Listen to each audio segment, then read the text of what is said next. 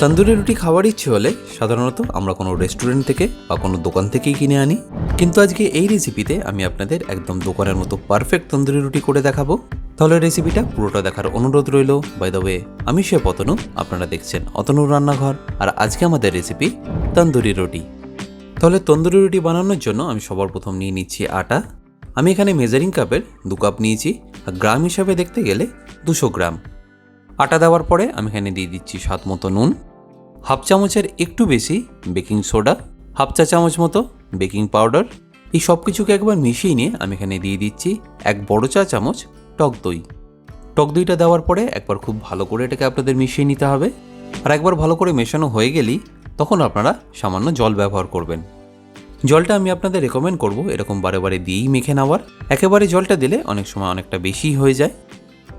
এই ডোটা আপনাদের একটু শক্ত করেই মেখে নিতে হবে। আর মাখানোর সময় আমি দিয়ে দিচ্ছি প্রায় 1 চা চামচ মতো চিনি। 1 থেকে 2 মিনিট মাখার পরেই দেখবেন ডোয়ের টেক্সচারটা ঠিক এরকম চলে আসবে। ঠিক সেই সময় আমাদের এখানে দিয়ে দিতে হবে সামান্য তেল। তারপর সেটাকেও একটু ভালো করে আমাদের মেখে নিতে হবে।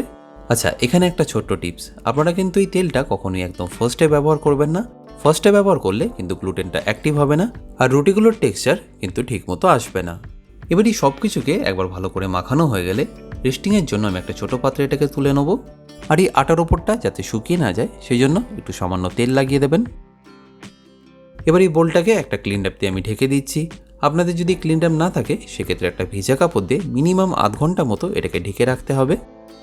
তাহলে আধ ঘন্টা পরে আমি আপনাদের এটাকে খুলে দেখাচ্ছি। দেখুন ডোটা কতটা নরম হয়ে গেছে। যদি দেখেন এরকম নরম না হয়েছে সেক্ষেত্রে আপনাদের আরেকটু বেশিক্ষণ রাখতে হবে। এবার এই ডোটাকে আমরা আরেকবার ভালো করে ম্যাসাজ করে নেব। আর আপনারা হয়তো বুঝতেই পারছেন ডোটা কতটা নরম এখন। খুব বেশি নরমও না, আবার কিন্তু খুব বেশি শক্তও না, ঠিক এই টেক্সচারটাই আপনাদের আনতে হবে। এবার রুটির লেচি কাটার জন্য আমি এইভাবে এটাকে একটু রোল করে নিচ্ছি। আমি এখানে লেচিগুলো একটু ছুরি দিয়ে কেটে নিচ্ছি। আপনারা চাইলে কিন্তু হাত দিয়েও করে নিতে পারেন। আচ্ছা, সেটাও আমি আপনাদের করে দেখাচ্ছি। আর একবার লেচিগুলো কাটা হয়ে গেলে আমরা যেরকম রুটির জন্য করি ঠিক একইভাবে এটাকে করে নেব। তাহলে বাকি লেচিগুলোকে আমি ঠিক একইভাবে এরকম গোল শেপ দিয়ে দিচ্ছি। এবার ফাইনালি আমি এখানে রুটিগুলোকে বেলে নেব। বেলার জন্য আমি এখানে সামান্য ময়দা ব্যবহার করলাম। আপনারা চাইলে আর একটু আটাও ব্যবহার করতে পারেন। আচ্ছা, বেলার সময় আপনাদের একটা জিনিস মনে রাখতে হবে, আমরা যেরকম রুটি খুব পাতলা করে বেলি সেরকম কিন্তু পাতলা করে বেলবেন না। দেখুন ঠিক এই থিকনেসটা যেন আপনাদের থাকে, একটু যেন মোটা হয়। আর বেলা হয়ে গেলে যে এক্সেস ময়দা বা আটাটা থাকবে সেটাকে এইভাবে ঝেড়ে নিয়ে আমরা একটা লোহার চাটুর মধ্যে এটাকে দিয়ে দেবো। আপনাদের মনে রাখতে হবে রুটিগুলো দেওয়ার আগে এই চাটুটা যেন অতি অবশ্যই গরম থাকে। আর দেওয়ার পরে গ্যাসের ফ্লেমটাকে আপনারা মিডিয়াম করে দেবেন। প্রায় 30 থেকে 40 সেকেন্ড আপনারা কিন্তু কোনোভাবে এটাকে টাচ করবেন না। দেখবেন রুটিগুলো অটোমেটিক ফুলে যাচ্ছে। আর যখন দেখবেন ঠিক এইভাবে ফুলে গেছে তখন এটাকে তুলে নিয়ে আমরা যেভাবে রুটি সেকি অপর দিকটা ঠিক একইভাবে সেকে নেব। দেখুন একদম নরম আর একদম তন্দুরি রুটির মতো লাগছে। আর নামানোর পরে আপনারা এখানে সামান্য বাটারও লাগিয়ে দিতে পারেন।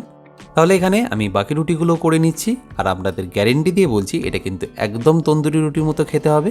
কোনোভাবে এটা কড়কড়ে হবে না, খুবই নরম থাকবে। আপনারা কিন্তু এটাকে একবার বানিয়ে দেখতে পারেন। আশা করি আপনাদের নিশ্চয়ই ভালো লাগবে। আর সাথে যদি এরকম পনির টিক্কা মশলা হয় তাহলে তো আর কোনো কথাই নেই। এই পনির টিক্কা রেসিপি যদি আপনারা এখনও না দেখে থাকেন তাহলে এই লিঙ্কটা ক্লিক করে আপনারা নিশ্চয়ই দেখে নিতে পারেন। রেসিপিটা ভালো লাগলে আমাকে কিন্তু কমেন্টে জানাতে ভুলবেন না। বাই দ্য ওয়ে, আমি শেফ অতনু, আপনারা দেখছিলেন অতনু রান্নাঘর। দেখা হচ্ছে আপনাদের সাথে আর একটা নতুন রেসিপি নিয়ে নেক্সট এপিসোডে।